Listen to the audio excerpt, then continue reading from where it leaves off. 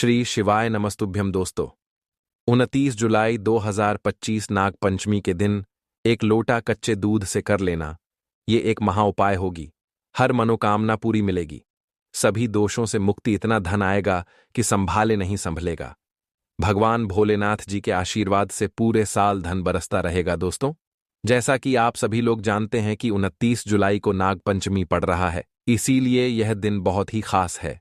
क्योंकि देखिए दोस्तों, गुरुजी ने कहा है कि जब भी नाग पंचमी पड़े तो आपको सिर्फ और सिर्फ एक लोटा कच्चा दूध वाला उपाय करना चाहिए। यह उपाय इतना खास है कि अगर आपने सही मुहूर्त पर सही क्रिया अनुसार एक लोटा कच्चा दूध वाला उपाय कर लिया, जो प्राचीन काल के समय का महा उपाय है, तो मान के चलिए दोस्तों, भगवान भोलेनाथ जी के आशीर्वाद से आपके जीवन का कितना ही बड़ा दुख हो, उससे आपको मुक्ति मिल जाएगी। आपकी कोई भी मनोकामना हो, मान लीजिए आप नौकरी की तैयारी कर रहे थे, आपकी नौकरी लग जाएगी, आपका बंद पड़ा व्यापार चल पड़ेगा। जिस बीमारी से आप बहुत दिनों से परेशान थे, उस बीमारी से आपको मुक्ति मिल जाएगी। आपके जीवन में धन आना शुरू हो जाएगा, आपके जीवन में धन आने के सारे रास्ते खुल जाएंगे। और मान के चलिए दोस्तों, फिर आपको किसी भी प्रकार की परेशानी का सामना नहीं करना पड़ेगा। इसीलिए दोस्तों, इस दिन आप लोगों को इस वाले उपाय को जरूर कर लेना है। भले ही आपने पूरे साल भर इस उपाय को ना किया हो, पर अगर आपने इस नाग पंचमी के दिन अगर इस वाले उपाय को कर लिया, तो आपको इस उपाय को करने का वह फल मिलेगा जिसकी आपने कभी कल्पना भी नहीं करी होगी। इसीलिए आप लोग इस एक लोटा कच्चा दूध वाले उपाय को एक बार जरूर कर लेना, ताकि आप लोगों के हाथ से यह मौका ना जा सके और आपको इस उपाय को करने का फल मिल सके। दोस्तों, यह उपाय पंडित जी ने अपनी अभी की ही शिव महापुराण की कथा में बताया है, जो इस उपाय को आज हम आपको बहुत अच्छे से समझाने वाले हैं। इस वीडियो को देखने के बाद इस उपाय को समझने के लिए आपको कोई और वीडियो को देखने की जरूरत नहीं पड़ेगी। तो चलिए दोस्तों, उपाय को शुरू करते हैं। उससे पहले, हे भगवान भोलेनाथ, आपके इस वीडियो को जो भी लाइक और चैनल को सब्सक्राइब करें, उसके जीवन में कभी दुख दर्द मत आने देना। साथ ही साथ कमेंट बॉक्स में 5 ओम नमः शिवाय जरूर लिखे, ताकि भगवान भोलेनाथ जी की कृपा आप सभी को प्राप्त हो सके। इसी के साथ में आप सभी को बता दूं कि आप लोग वीडियो को पूरा नहीं देखते हो, काट काट कर देखते हो और गलत गलत उपाय को कर लेते हो, तो आपसे निवेदन है कि वीडियो को पूरा जरूर देखें। देखिए दोस्तों, ये नाग पंचमी का दिन ये इतना खास होता है, इतना महत्वपूर्ण होता है। देखा गया है कभी कभी बड़े बड़े पूजा पाठ अनुष्ठान से जो मनोकामना पूर्ण नहीं होते, वह नाग पंचमी के दिन एक छोटे से उपाय करने से ही आपकी मनोकामना पूर्ण हो जाती है। और बहुत सारे लोगों ने इस उपाय को किया भी है और उनको इस उपाय को करने का फल भी जरूर मिला है। अगर आप लोग भी इस उपाय को करना चाहते हैं, तो आप इस उपाय को पहले अच्छे से समझ लेना, सुन लेना, उसके बाद करना।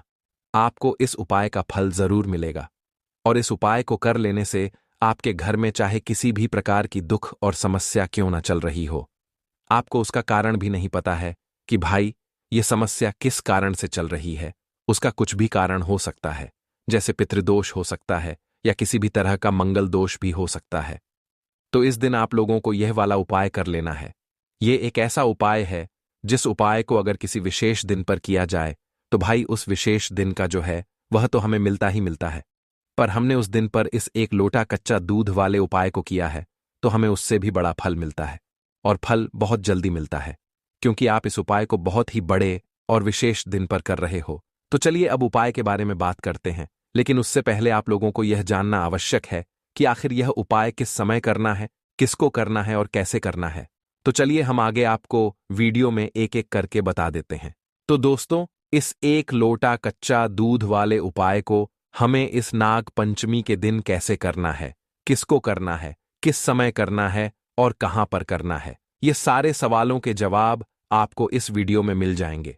और जो ये वीडियो देखेगा भाई, उसको एक लोटा कच्चा दूध वाला उपाय जरूर करना चाहिए, क्योंकि इस दिन शत्रुओं और किसी भी दोष, किसी भी बीमारी से मुक्ति पाने के लिए एक लोटा कच्चा दूध का बहुत ही बड़ा और विशेष महत्व होता है। और जब बात आ जाए एक लोटा कच्चा दूध की, तो यह सोने पर सुहागा वाली बात हो जाती है और यह एक बहुत ही बड़ा उपाय हो जाता है। अब दोस्तों, इस एक लोटा कच्चा दूध वाले उपाय को आखिर करना किसको है? सबसे पहले हम लोग वह बात जान लेते हैं। तो देखो, घर की जो बड़ी माताएं बहनें होती हैं, उन माताओं बहनों में से कोई भी एक बड़ी माता बहन इस वाले उपाय को कर सकती है। और दोस्तों, अगर आप चाहें तो अपने घर में से सभी सदस्यों को भी इस उपाय को करवा सकते हैं। अगर किसी व्यक्ति की खुद की कोई मनोकामना है, खुद की कोई दुख और परेशानी है जो कि वह अपने लिए ही करना चाहता है इस वाले उपाय को, तो वह खुद अपने लिए भी कर सकता है। बाकी अगर कोई घर में से ऐसा है जो कि अपने पूरे घर परिवार की सुख और शांति के लिए यह वाला उपाय करना चाहता है, तो भाई वह भी कर सकता है। उसमें भी कोई दिक्कत वाली बात नहीं है। कहने का मतलब यह है कि इस उपाय को हर एक सदस्य भी कर सकता है और पूरे घर परिवार के सदस्य के लिए घर की बड़ी माताओं बहनों में से कोई एक माता बहन भी कर सकती है। माताएं बहनें अगर घर में उपस्थित ना हो या वह यह वाला उपाय ना कर पा रही हो, तो फिर घर का कोई बड़ा सदस्य भी इस एक लोटा कच्चा दूध वाले उपाय को कर सकता है, चाहे फिर वह पुरुष ही क्यों ना हो। उसमें कोई भी दिक्कत वाली बात नहीं है। अब दोस्तों, एक लोटा कच्चा दूध वाले उपाय को हमें करना कहां पर है? देखो, इस उपाय को हमें मंदिर में ही करना है।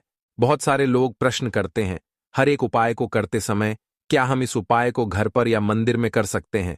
देखो, तो इस वाले उपाय को आप मंदिर पर करोगे तो अच्छा रहेगा, घर में नहीं करना है इस वाले उपाय को उसके बाद में। दोस्तों, जो अगला प्रश्न निकल कर आता है वह यह आता है इस उपाय को लेकर कि आखिर इस उपाय को हमें किस समय करना है, सुबह के समय करना है कि शाम के समय करना है? तो देखो, इस वाले उपाय को आप लोग सुबह के समय भी कर सकते हो और शाम के समय प्रदोष काल में भी कर सकते हो।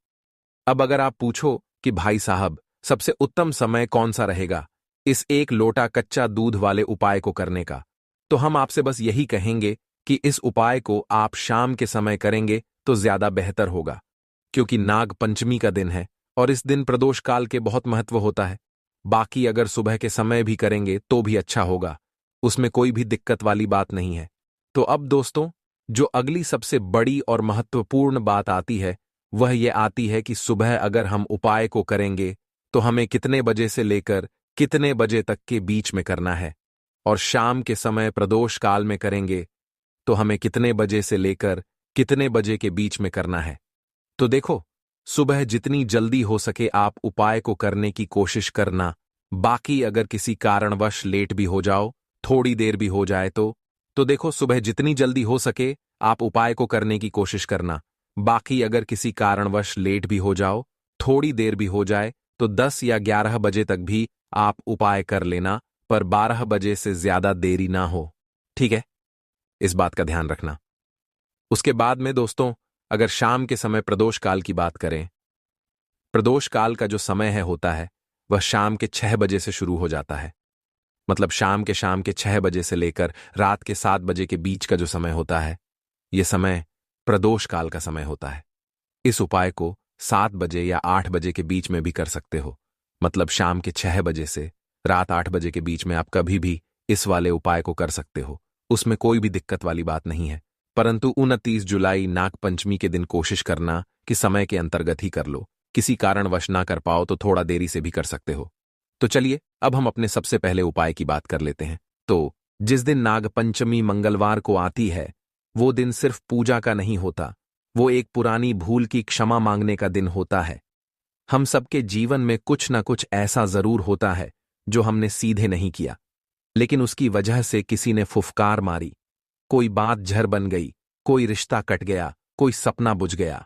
और ये जो नागपंचमी है ना, ये उसी पुराने कटाव पर हल्का दूध डालने का दिन है। न चिल्लाकर, न बताकर, बस चुपचाप। इसके लिए आपको कोई कथा नहीं सुननी, कोई दीपक नहीं जलाना, कोई मंत्र नहीं पढ़ना।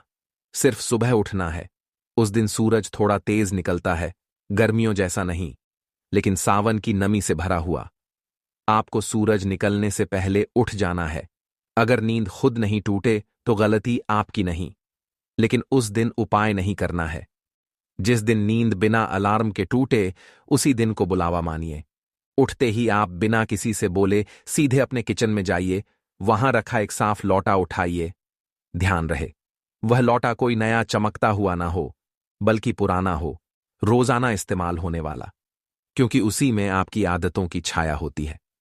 अब उसमें दूध भरिए, उबला हुआ नहीं, बिल्कुल कच्चा, न ठंडा किया हुआ फ्रिज वाला, न गर्म किया हुआ, जैसे है वैसा ही। दूध डालते हुए मन में एक बार बोलिए, जैसा तू है वैसा ही मैं भी हूं, बिना पकाया, बिना सजा धजा। अब इस लोटे को आप अपने दोनों हाथों में लेकर अपने घर से बाहर निकल जाइए। न कोई थैली में रखिए, न कपड़े से ढकिए। जैसे कोई अपने हाथ में पानी लिए चलता है, वैसे ही आप जहां भी हैं, गांव, कस्बा, शहर, उस जगह का सबसे पुराना पेड़ या वीराना ढूंढिए। मंदिर जाना जरूरी नहीं है, लेकिन ध्यान रहे वो जगह ऐसी हो जहां आप अकेले हों, कोई आपकी पूजा ना देख रहा हो, न समझ रहा हो कि आप क्या करने आए हैं। रास्ते में कोई देखे तो भी कुछ मत कहिए, न मुस्कुराइए, न नजरें मिलाइए। आप उस वक्त अपने और नाग के बीच एक चुपचाप का रिश्ता बना रहे होते हैं। अब उस जगह पर पहुंचकर उस पेड़ या जमीन को देखिए, गौर से, जैसे कोई पुराना चिट्ठी पढ़ रहा हो, जिसे समझने के लिए शब्द नहीं, सिर्फ मन चाहिए। वहां खड़े होकर 3 गहरी सांस लीजिए और हर बार दूध के लोटे को अपने सीने से थोड़ा और करीब कर लीजिए, जैसे आप कोई गुप्त बात कहना चाहते हो।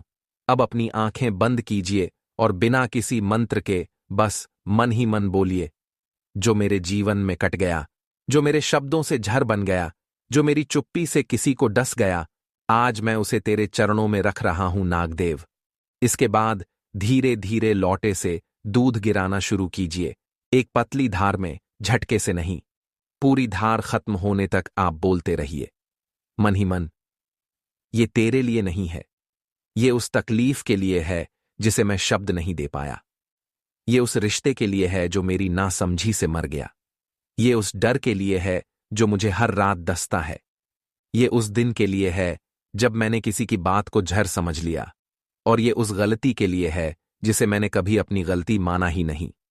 दूध जब पूरा गिर जाए तो लौटे को नीचे रख दीजिए, जमीन से हल्के से छुआइए, जैसे प्रणाम करते हैं, और फिर बिना पीछे देखे वहां से उठाइए। अब जब आप उस जगह से लौट रहे हों जहां आपने दूध अर्पित किया, तो रास्ते में न तो किसी से बात करनी है, न कोई फल या प्रसाद खरीदना है, और न ही किसी की आंखों में आंख डालनी है। रास्ते में आपकी जुबान पर सिर्फ मौन होना चाहिए, लेकिन मन में चल रहा हो, अब कुछ मेरा नहीं है, अब जो भी होगा वह उसके द्वारा तय किया जाएगा। घर लौटकर आपको सबसे पहले जिस लोटे में दूध ले गए थे उसे देखना है, ध्यान से देखना है। वह अब सिर्फ एक बर्तन नहीं रहा, वह एक साक्ष्य बन चुका है। उसे धोने से पहले आप एक कटोरी पानी में थोड़ा सा नमक मिलाइए और उसमें उस लोटे को 3 बार घुमाइए, जैसे आप कोई चीज ठीक करना चाहते हो। फिर उस पानी को सीधा किसी ऐसे पौधे में डाल दीजिए जो कांटेदार ना हो, तुलसी, मनी प्लांट या शीतल पर्ण वाले पौधे में। अब लोटे को साफ पानी से धोकर उसे सूखने के लिए उल्टा करके किसी ऐसे स्थान पर रख दीजिए जहां उस दिन कोई और बर्तन न रखा गया हो, जैसे छत का कोना, किसी अलमारी के ऊपर का हिस्सा, या आपकी रसोई का सबसे शांत कोना। याद रखिए, उस दिन वह लौटा किसी और उपयोग में नहीं आना चाहिए। यह उसका विश्राम दिन होता है, जब वह आपके जीवन की थकावट को सोख चुका होता है। अब नहा धोकर अपने पूजा स्थान पर जाइए। वहां जाकर एक दिया जलाइए, लेकिन उसमें घी नहीं, सरसों का तेल हो, और बत्ती कोई सूती कपड़े की होनी चाहिए जो आपने खुद घुमाकर बनाई हो। उस दिए को जलाकर आप कोई मंत्र मत पढ़िए, कोई आरती मत कीजिए, बस उसके सामने बैठिए और धीरे धीरे आंखें बंद कीजिए। फिर मन में 5 बातें दोहराइए। पहला, आज मैंने किसी का नुकसान नहीं चाहा। दूसरा, आज मैंने जो किया वह दिखावे के लिए नहीं था। तीसरा, आज मैं किसी और को दोष नहीं दूंगा। चौथा, आज मैं जो मांगूंगा वह सिर्फ भीतर की शांति होगी। 5वां, आज के बाद मैं हर चीज को स्वीकार करूंगा, चाहे वो जैसी भी हो।